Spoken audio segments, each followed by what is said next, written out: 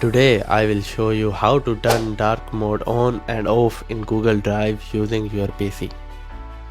First, I open Google Chrome from my desktop.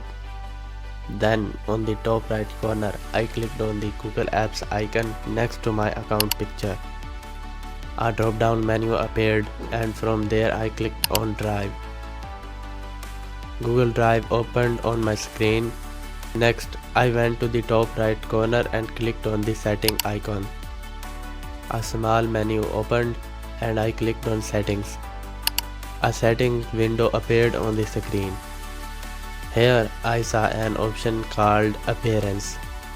Under Appearance there were the three theme options: Light, Dark, Device Default. To enable dark mode, I clicked on Dark and instantly the entire Google Drive switched to a dark theme. If you ever want to go back to normal mode, you simply click on Light and everything returns to white again. And if you want Google Drive to automatically match your system theme, you can select Device Default. That's it. This is how you can easily turn Google Drive dark mode on or off in just a few seconds. If this guide helped you, make sure to like, subscribe and turn on notifications so you never miss my next tech guide.